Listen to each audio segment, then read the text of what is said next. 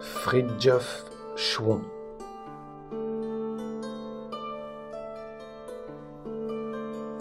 Regard sur les mondes anciens.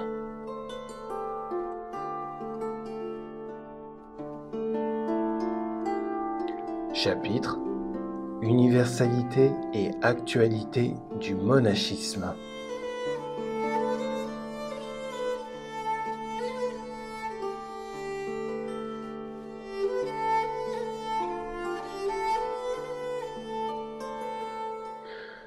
Trouver un dénominateur commun pour des phénomènes aussi variés que les différents monachismes d'Occident et d'Orient n'apparaît pas comme chose facile au premier abord, car pour pouvoir définir, il faut avoir trouvé un point de vue qui nous le permette. Or, ce point de vue, nous semble-t-il, résulte sans difficulté dans la nature des choses, et étant donné qu'il est impossible de rendre compte de la nature humaine sans la rattacher à son conditionnement divin, ou d'un phénomène humain sans le rattacher positivement ou négativement à Dieu. Car sans Dieu, point d'homme. Nous pourrions donc dire que l'effort de réduire la complexité de la vie à une formule simple, mais essentielle et libératrice, résulte de la condition humaine dans ce qu'elle a de plus entier et de plus profond, et que cet effort a donné lieu, dans les climats spirituels les plus divers, à cette sorte de sainteté institutionnelle qu'est le monachisme. L'homme a été créé seul, et il meurt seul. Le monachisme veut sauver cette solitude dans ce qu'elle a de métaphysiquement irremplaçable. Il entend restituer à l'homme sa solitude primordiale en face de Dieu, ou encore il veut ramener l'homme à son intégrité spirituelle et à sa totalité. Une société parfaite serait une société d'ermites, si ce paradoxe est permis. Or, c'est exactement ce que tend à réaliser la communauté monastique, qui en un certain sens est de l'hermétisme organisé. Les quelques réflexions qui vont suivre apparaîtront peut-être comme des truismes à certains, mais elles se réfèrent à des habitudes mentales tellement indéracinables qu'il est difficile d'en sous-estimer l'importance quand on va au fond des choses. Ce que nous voulons dire, c'est que, selon l'opinion courante, le monachisme est affaire de vocation, entre guillemets, mais non au sens propre de ce terme. Quand un homme est assez simple pour prendre la religion à la lettre, et qu'il commet l'imprudence de laisser transparaître des opinions ou attitudes par trop spirituelles, on ne manque pas de lui signifier que sa place est, ouvrez les guillemets, au couvent, fermez les guillemets, comme s'il était un corps étranger qui n'aurait aucun droit à l'existence en dehors des murs d'un institut approprié.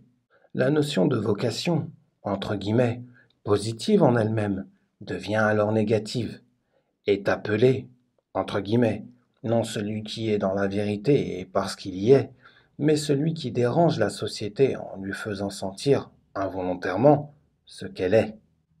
Selon cette façon de voir plus ou moins conventionnelle, l'absence de vocation, ou disons la mondanité, existe de jure et non de facto seulement, ce qui signifie que la perfection apparaît comme une spécialité facultative, donc comme un luxe. On la réserve aux religieux, mais on oublie de poser la question de savoir pourquoi elle n'est pas pour tout le monde. Certes, le religieux ne blâmera aucun homme pour le seul fait de vivre dans le siècle, c'est d'évidence même, eu égard au clergé séculier et au saint laïque. Ce qui est blâmable, c'est non de vivre, ouvrez les guillemets, dans le monde, fermez les guillemets, mais de mal y vivre, et de le créer ainsi d'une certaine manière.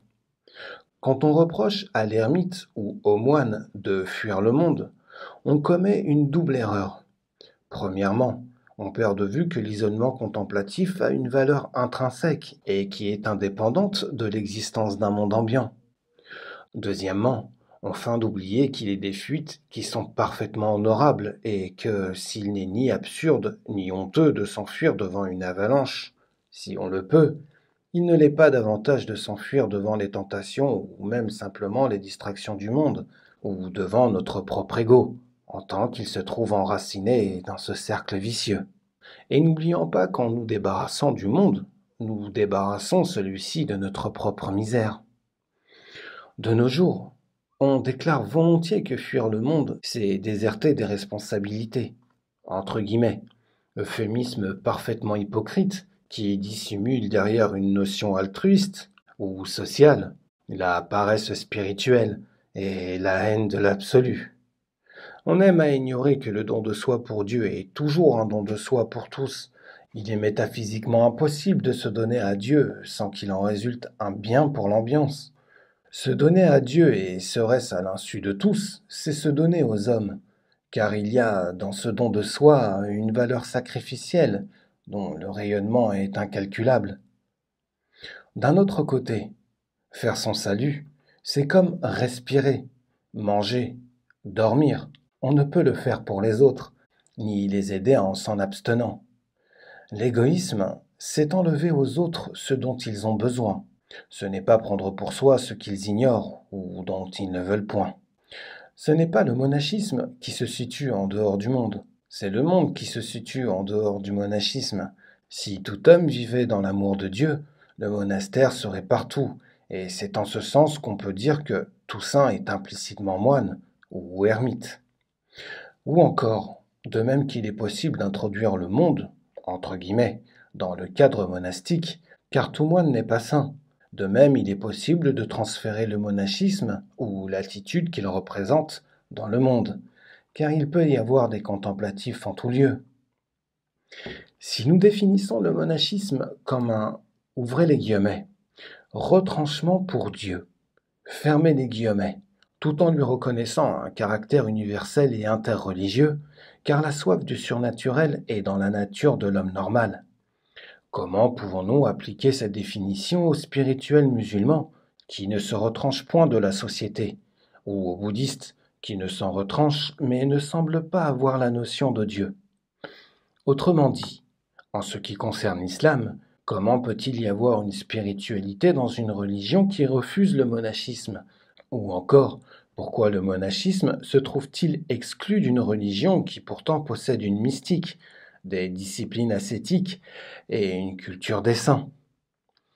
À cela, nous devons répondre que l'une des raisons d'être de l'islam est précisément la possibilité d'une, ouvrez les guillemets, société couvent, fermez les guillemets, si l'on peut s'exprimer ainsi. C'est-à-dire que l'islam entend transférer la vie contemplative dans le cadre même de la société totale. Il parvient à réaliser dans ce cadre des conditions de structure et de comportement qui permettent l'isolement contemplatif au milieu même des activités du monde. Il faut ajouter que le couvent, pour le musulman, c'est avant tout le rattachement initiatique à une confrérie et à la soumission au maître spirituel, puis la pratique d'oraisons surérogatoires avec des veilles et des jeûnes. L'élément isolant, par rapport au mondan, est la rigueur dans l'observation de la sunna. C'est donc cette rigueur à laquelle la société ambiante ne saurait s'opposer en pays musulman, qui équivaut pratiquement au mur du monastère. Il est vrai que les derviches se rassemblent dans les zaouïas pour leurs pratiques communes et y font des retraites qui durent parfois plusieurs mois. Quelques-uns y habitent en consacrant toute leur vie à l'oraison et au service du shir. Mais il n'en résulte pas moins un monachisme proprement dit, et comparable à celui des chrétiens et des bouddhistes. Quoi qu'il en soit, le fameux point de monachisme dans l'islam, ouvrez la parenthèse, la rabbaniyata fil islam, fermez la parenthèse, signifie au fond non que les contemplatifs ne doivent pas se retrancher du monde, mais au contraire, que le monde ne doit pas être retranché des contemplatifs. L'idéal intrinsèque du monachisme ou de l'ermitisme, à savoir l'ascèse et la vie mystique, n'est nullement en cause. Et n'oublions pas que la, ouvrez les guillemets, guerre sainte, fermez les guillemets, donne lieu en islam à la même valorisation mystique que dans la chevalerie chrétienne, celle des Templiers notamment. Il y a là une voie du sacrifice et du martyre qui a uni, lors des croisades, chrétiens et musulmans, dans un même amour sacrificatoire de Dieu.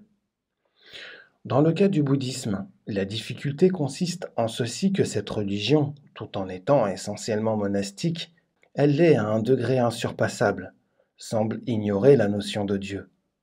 Or, il va sans dire qu'une, ouvrez les guillemets, spiritualité athée, fermez les guillemets, est une contradiction dans les termes, et en fait le bouddhisme possède parfaitement la notion d'un absolu transcendant, comme il possède la notion d'un contact entre cet absolu et l'homme. Si le bouddhisme n'a pas l'idée d'un Dieu, entre guillemets, au sens sémitique ou arien du terme, il n'en a pas moins conscience, à sa manière, de la réalité divine, car il est loin d'ignorer les notions cruciales d'absoluité, de transcendance, de perfection, et du côté humain, celles de sacrifice et de sainteté. Il est sans doute, ouvrez les guillemets, non théiste, fermez les guillemets, il n'est certainement pas athée, entre guillemets. L'aspect, ouvrez les guillemets, Dieu personnel, fermez les guillemets, apparaît notamment dans le culte mahayanique du Bouddha Amitabha, l'amidisme japonais, où il se combine avec une perspective de miséricorde rédemptrice. On a parlé d'influence chrétienne, ce qui est non seulement faux, mais même invraisemblable à plus d'un point de vue. C'est oublier que la nature profonde des choses peut susciter partout, dans les cadres appropriés, des phénomènes au moins formellement analogues.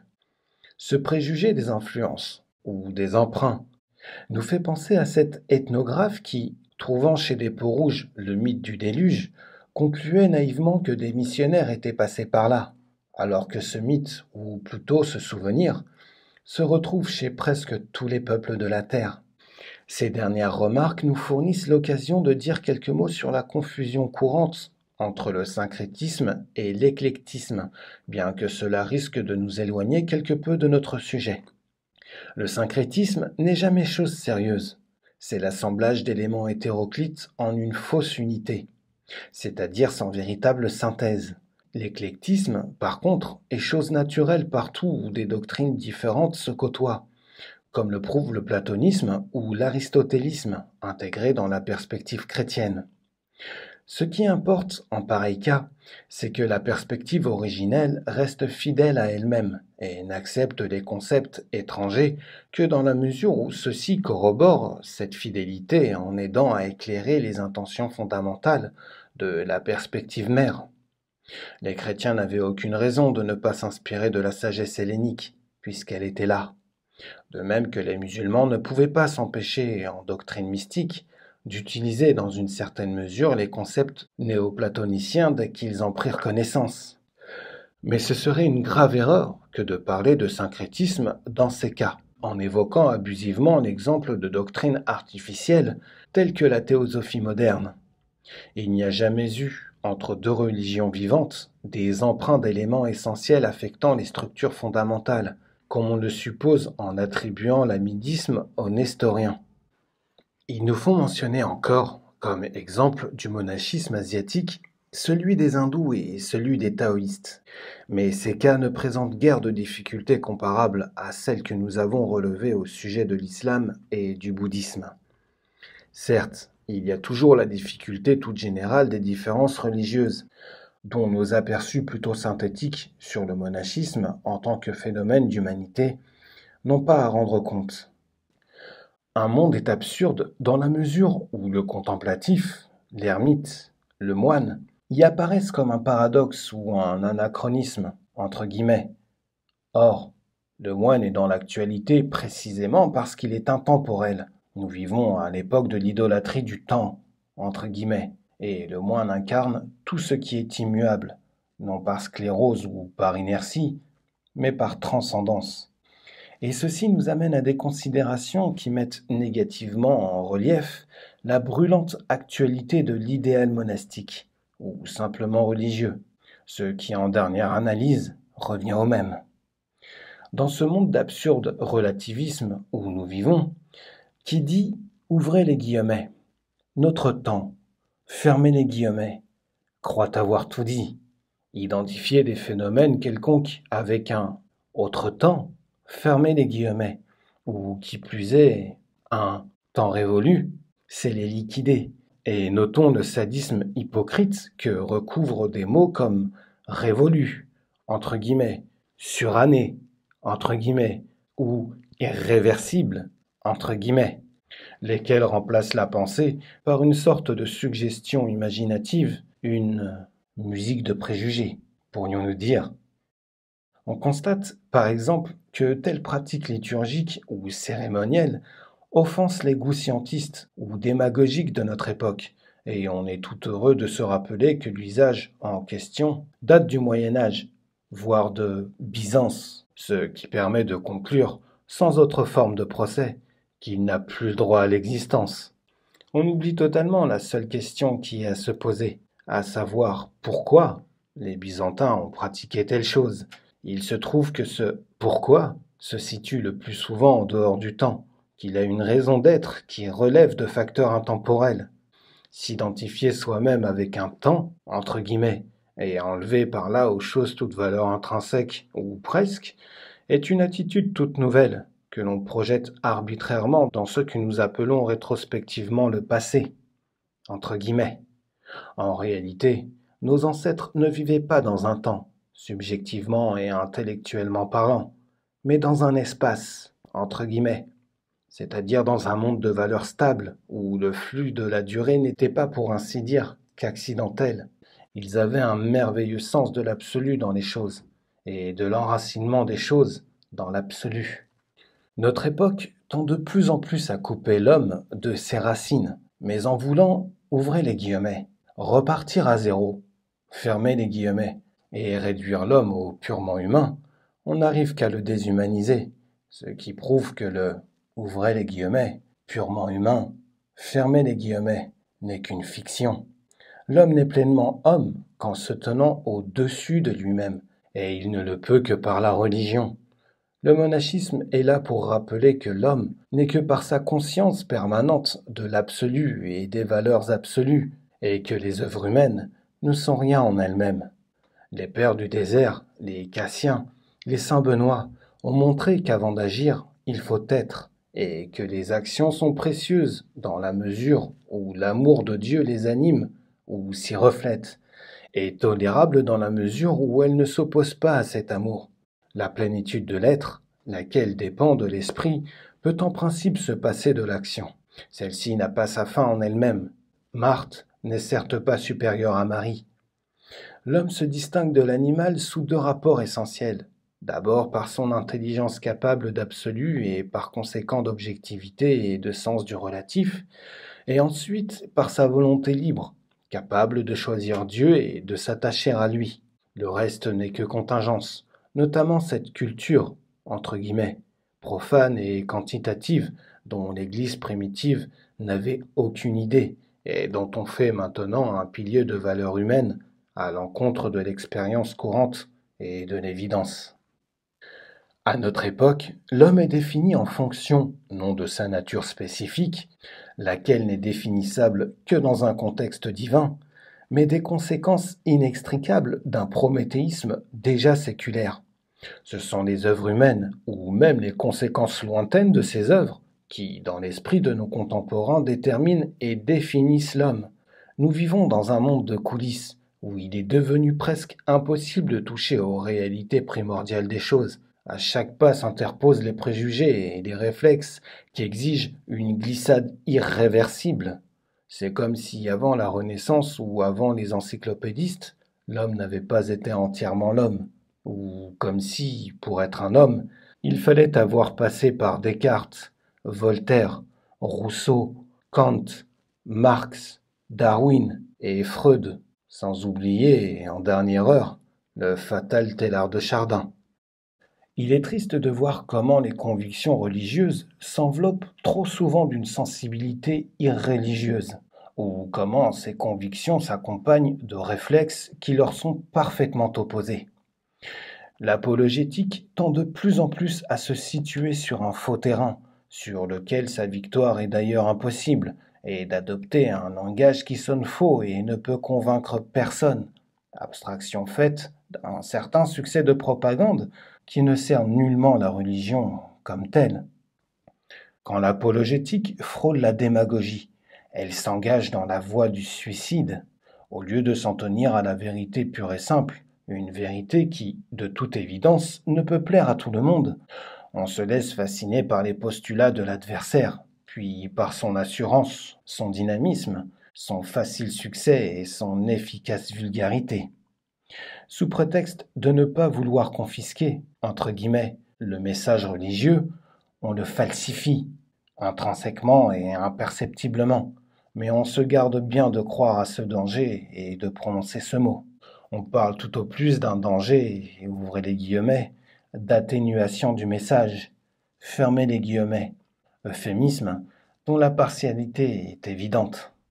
Ouvrez les guillemets, soumettez-vous la terre, fermez les guillemets, dit la Bible. Et les progressistes ne se font pas faute d'exploiter cette sentence pour justifier l'industrialisme de plus en plus totalitaire de notre époque et pour préconiser une spiritualité, entre guillemets, correspondante. En réalité, il y a bien longtemps que l'homme a obéi à cette injonction du Créateur. Pour en saisir l'intention véritable et les limites, il faut se souvenir de l'ordre divin de ne pas se soucier du lendemain et des injonctions analogues. Note de bas de page. Ouvrez les guillemets. Que sert-il à l'homme de gagner le monde entier s'il vient à perdre son âme? Fermez les guillemets. Ouvrez la parenthèse. Matthieu 16, 26. Fermez la parenthèse. Retour au texte. C'est pure hypocrisie de faire état de la sentence biblique citée sans la situer dans son contexte total, car avec cette logique, on devrait également donner une portée absolue au « ouvrez les guillemets », soyez féconds et multipliez. Fermez les guillemets. Note de bas de page. Ouvrez les guillemets. Soyez féconds, multipliez, remplissez la terre et soumettez-la, et dominez sur les poissons de la mer, sur les oiseaux du ciel et sur les animaux qui se meuvent sur la terre. Fermez les guillemets. Ouvrez la parenthèse. Genèse 1, 28. Fermez la parenthèse. Retour au texte. Et abolir toute chasteté dans le christianisme, et même revenir à la polygamie des Hébreux. Ce curieux empressement de suivre les « ouvrez les guillemets » ordre de Dieu, fermez les guillemets, pourrait aboutir, nous semble-t-il, à bien d'autres découvertes scripturaires que le passage concernant l'agriculture, la pêche, la chasse et l'élevage, et à bien d'autres soucis spirituels que l'industrialisation de la religion. Note de bas de page. Aux partisans de cette mise au pas, il faut répondre avec l'écriture. Ouvrez les guillemets. Quiconque veut être ami du monde se rend ennemi de Dieu. Fermez les guillemets. Ouvrez la parenthèse. Jacques 4, 4. Fermez la parenthèse. Ouvrez les guillemets. Et ne vous conformez pas au siècle présent, mais transformez-vous par le renouvellement de votre esprit, afin que vous éprouviez quelle est la volonté de Dieu, ce qui est bon, ce qui lui plaît, ce qui est parfait. Fermez les guillemets. Ouvrez la parenthèse. Romains 13, 2. Fermez la parenthèse. De nos jours, c'est l'inverse. C'est le scientisme athée, c'est la démagogie, c'est la machine qui décide de ce qui est bon, de ce qui doit plaire à Dieu, ce qui est parfait. Ouvrez les guillemets. Malheur à vous, quand tous les hommes diront du bien de vous, car c'est ainsi que leur père traitait les faux prophètes. Fermez les guillemets. Ouvrez la parenthèse. Luc 6, 26. Fermez la parenthèse. Retour au texte. Les complexes d'infériorité et les réflexes de mimétisme sont mauvais conseillers. Que de fois devons-nous constater qu'on fait des reproches absurdes, non seulement à la religion du Moyen-Âge, mais aussi à celle du XIXe siècle, qui lui non plus n'était pas atomique, entre guillemets, comme si tous les hommes ayant vécu avant nous avaient été frappés d'un aveuglement inexplicable, et comme s'il avait fallu attendre l'avènement d'un tel philosophe athée pour découvrir une lumière décisive et mystérieusement ignorée de tous les saints. On oublie trop volontiers que, si la nature humaine a droit aujourd'hui à ses faiblesses, ce que personne ne conteste, elle y avait également droit autrefois. Le progrès, entre guillemets, n'est le plus souvent qu'un transfert, l'échange d'un mal contre un autre, sans quoi notre époque serait parfaite et sainte. Dans le monde humain, en tant que tel, on ne peut guère choisir un bien. On en est toujours réduit à choisir un moindre mal, et pour déterminer quel mal est moindre, force nous est de nous référer à une hiérarchie de valeurs relevant des réalités éternelles, ce que, précisément, ouvrez les guillemets, notre temps, fermez les guillemets, ne fait jamais. Le Moyen-Âge partait de l'idée que l'homme est mauvais, puisqu'il est pécheur, tandis que pour notre siècle, l'homme est bon, puisque le péché n'existe pas, si bien que le mal est avant tout ce qui nous fait croire au péché. L'humanitarisme moderne, persuadé que l'homme est bon, entend protéger l'homme. Mais contre qui? Contre l'homme, évidemment. Mais contre quel homme? Et si le mal ne vient pas de l'homme, de qui vient-il?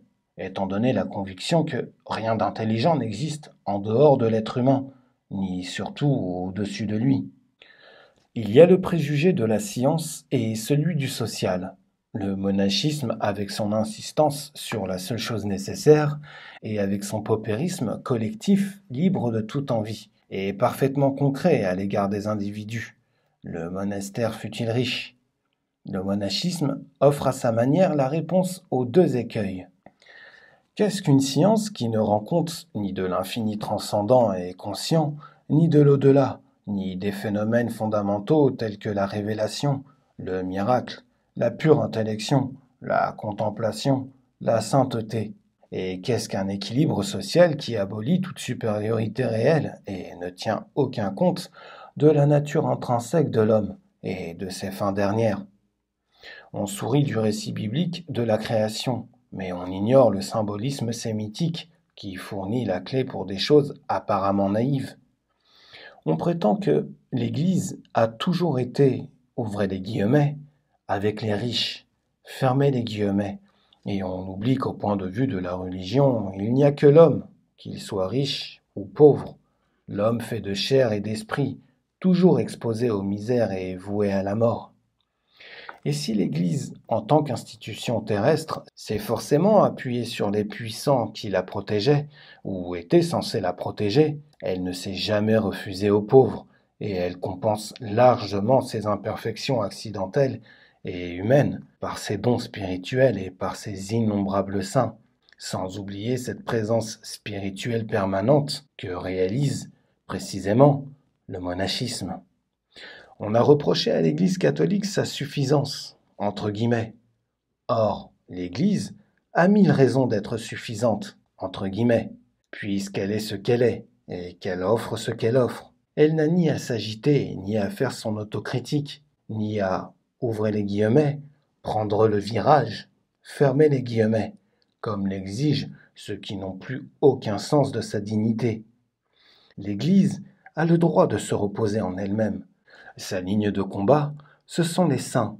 Elle n'a pas besoin de démagogues affairés qui jouent au drame et à l'agonie. Les saints lui suffisent, et elle en a toujours eu. Note de bas de page. Et ajoutons à ce propos qu'une église qui n'est plus triomphaliste, entre guillemets, n'est pas une église, pas plus qu'un dogme qui n'est pas tonné, entre guillemets, n'est un dogme. Retour au texte.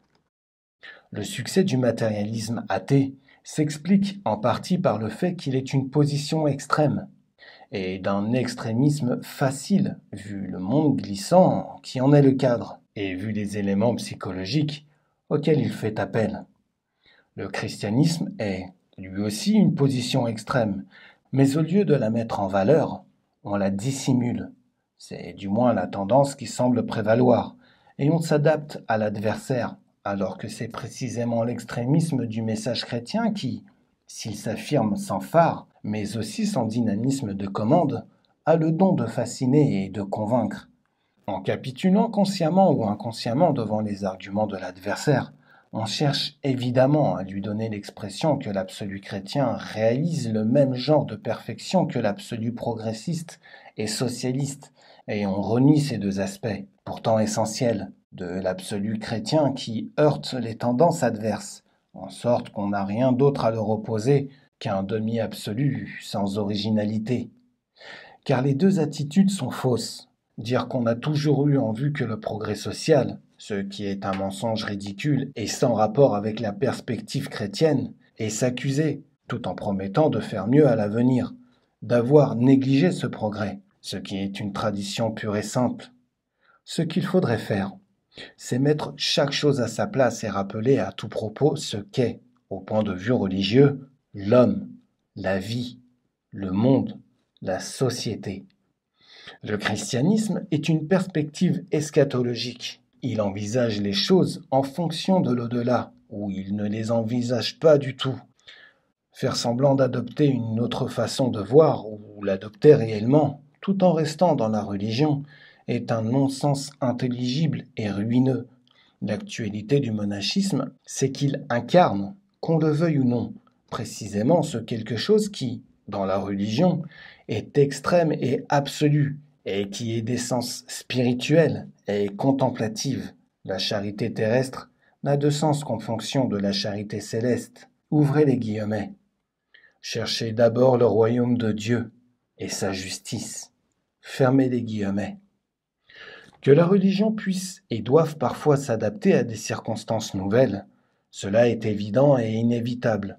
Mais il faut prendre soin de ne pas donner a priori raison aux circonstances et y voir des normes rien que parce qu'elles existent et qu'elles plaisent à la majorité.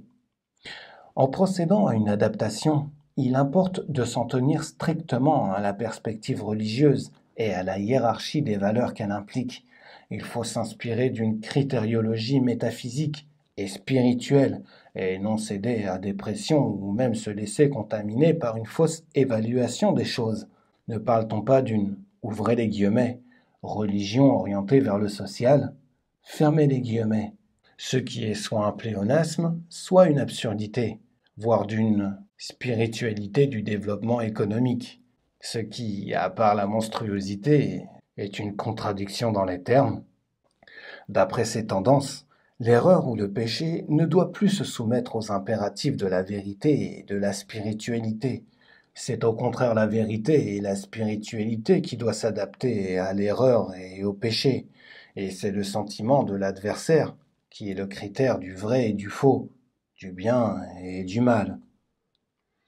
Mais revenons un instant au scientisme, puisqu'il joue un rôle si décisif dans la mentalité contemporaine. Nous ne voyons absolument pas pourquoi il faille s'extasier devant les vols spatiaux. Les saints, dans leurs extases, montent infiniment plus haut, et nous disons cela non à titre allégorique, mais en un sens tout à fait concret, que nous pourrions qualifier de scientifique, entre guillemets, ou d'exact, entre guillemets. La science moderne a beau explorer l'infiniment lointain et aussi l'infiniment petit, elle peut atteindre à sa manière le monde des galaxies et celui des molécules, mais elle ignore, puisqu'elle ne croit ni à la révélation ni à la pure intellection, tous les mondes immatériels et suprasensoriels qui enveloppent, pour ainsi dire, notre dimension sensible, et par rapport auxquels celle-ci n'est qu'une sorte de fragile coagulation, appelée à disparaître à son heure, sous l'effet fulgurant de la réalité divine.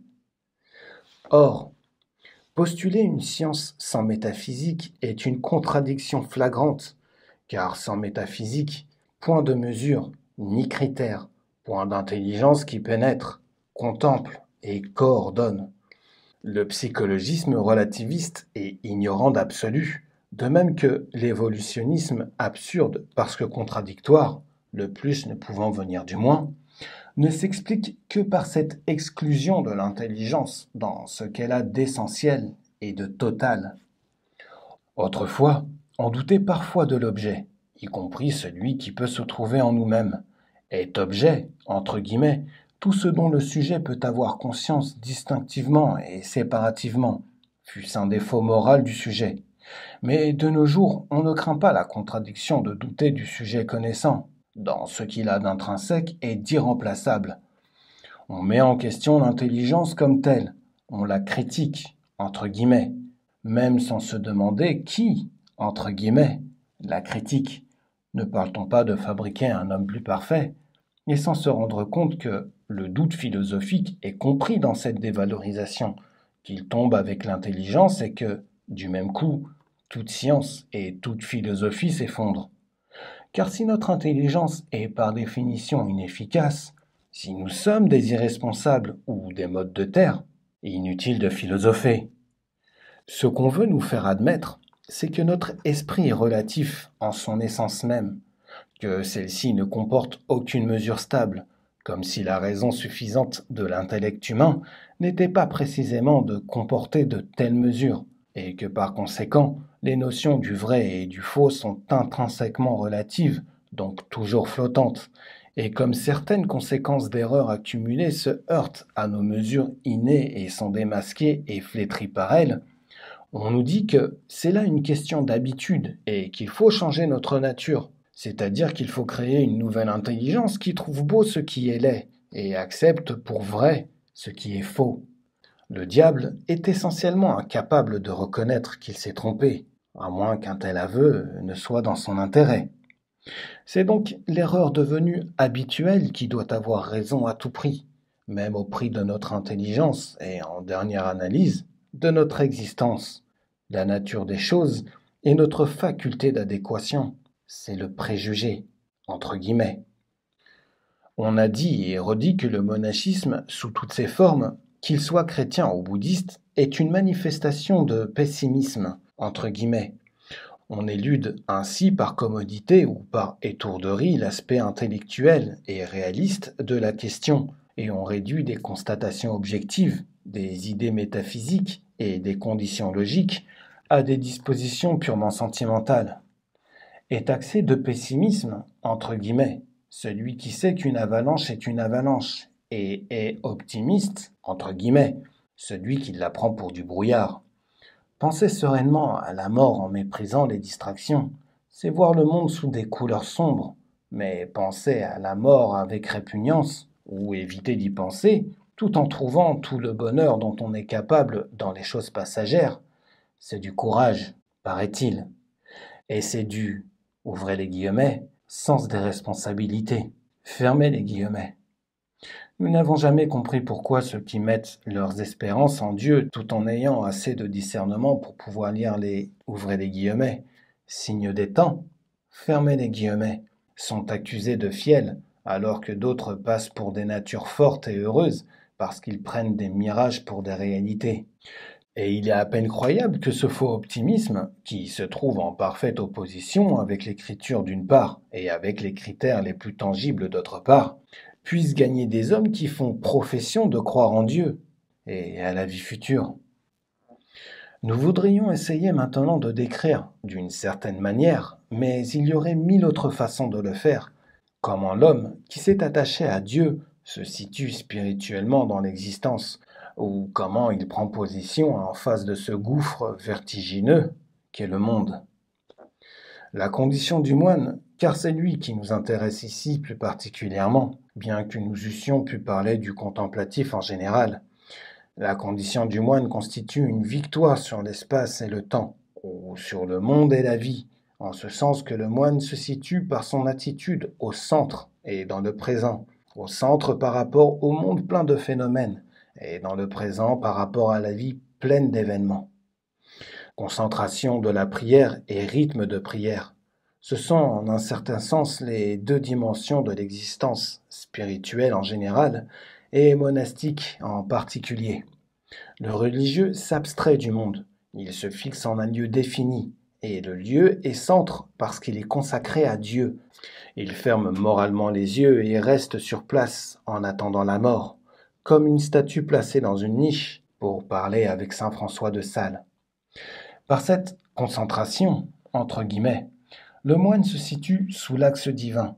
Il participe déjà au ciel en se rattachant concrètement à Dieu. Ce faisant, le contemplatif s'abstrait également de la durée, car, par l'oraison, cette actualisation permanente de la conscience de l'absolu, il se situe en un instant intemporel. L'oraison ou le souvenir de Dieu est maintenant et toujours. Elle est, ouvrez les guillemets, toujours et maintenant, fermez les guillemets, et appartient déjà à l'éternité. La vie du moine, par l'élimination des mouvements désordonnés, est un rythme. Or, le rythme est la fixation d'un instant, ou du présent, dans la durée, comme l'immobilité est la fixation d'un point ou du centre dans l'étendue. Ce symbolisme, fondé sur la loi de l'analogie, devient concret en vertu de la consécration à Dieu. C'est ainsi que le moine tient le monde en main et qu'il domine aussi la vie. Car il n'y a rien de précieux dans le monde que nous possédions ici même. si ce point où nous sommes appartient à Dieu et si étant ici pour Dieu, nous lui appartenons. Et de même, toute notre vie est dans cet instant où nous choisissons Dieu et non les vanités. Dans la dimension temporelle qui s'étend devant nous, il n'y a que trois certitudes, celle de la mort, celle du jugement et celle de la vie éternelle. Nous n'avons aucun pouvoir sur le passé et nous ignorons l'avenir. Nous n'avons, pour l'avenir, que ces trois certitudes, mais nous en possédons une quatrième en ce moment même, et c'est elle qui est tout. C'est celle de notre actualité, de notre liberté actuelle de choisir Dieu et de choisir ainsi tout notre destin. Dans cet instant, ce présent, nous tenons toute notre vie, toute notre existence. Tout est bon si cet instant est bon, et si nous savons fixer notre vie dans cet instant béni. Tout le secret de la fidélité spirituelle est de demeurer en cet instant, de le renouveler et de le perpétuer par la prière, de le retenir par le rythme spirituel, d'y placer tout le temps qui se déverse sur nous et qui risque de nous entraîner loin de ce moment divin. La vocation du religieux, c'est la prière perpétuelle, non parce que la vie est longue, mais parce qu'elle n'est qu'un moment. La perpétuité ou le rythme de l'oraison démontre que la vie n'est qu'un instant toujours et présent, de même que la fixation spatiale en un lieu consacré démontre que le monde n'est qu'un point, mais un point qui, appartenant à Dieu, est partout et n'exclut aucune félicité. Cette réduction des dimensions existentielles en ce qu'elles ont d'indéfini et d'arbitraire en une unité bénie est en même temps ce qui fait l'essence de l'homme. Le reste est contingence ou accident. C'est là une vérité qui s'adresse à tout être humain. Aussi, le moine n'est-il pas un être à part, mais simplement un prototype, ou un modèle, ou un schéma spirituel, un point de repère. Tout homme, parce qu'il est homme, doit réaliser d'une certaine manière cette victoire sur le monde qui disperse et sur la vie qui a servi. Trop de gens croient ne pas avoir le temps pour prier, mais c'est là une illusion due à cette indifférence qui est, d'après Fénélon, la plus grande maladie de l'âme. Car les nombreux moments que nous remplissons avec nos rêves habituels, y compris nos réflexions trop souvent inutiles, nous les enlevons à Dieu et à nous-mêmes. La grande mission du monachisme est de montrer au monde que le bonheur n'est pas quelque part au loin ou que quelque chose qui se situe en dehors de nous, dans un trésor à chercher et dans un monde à construire, mais ici même où nous sommes à Dieu. Le moine représente, en face d'un monde déshumanisé, ce que sont nos vraies mesures. Sa mission, c'est de rappeler aux hommes ce qu'est l'homme.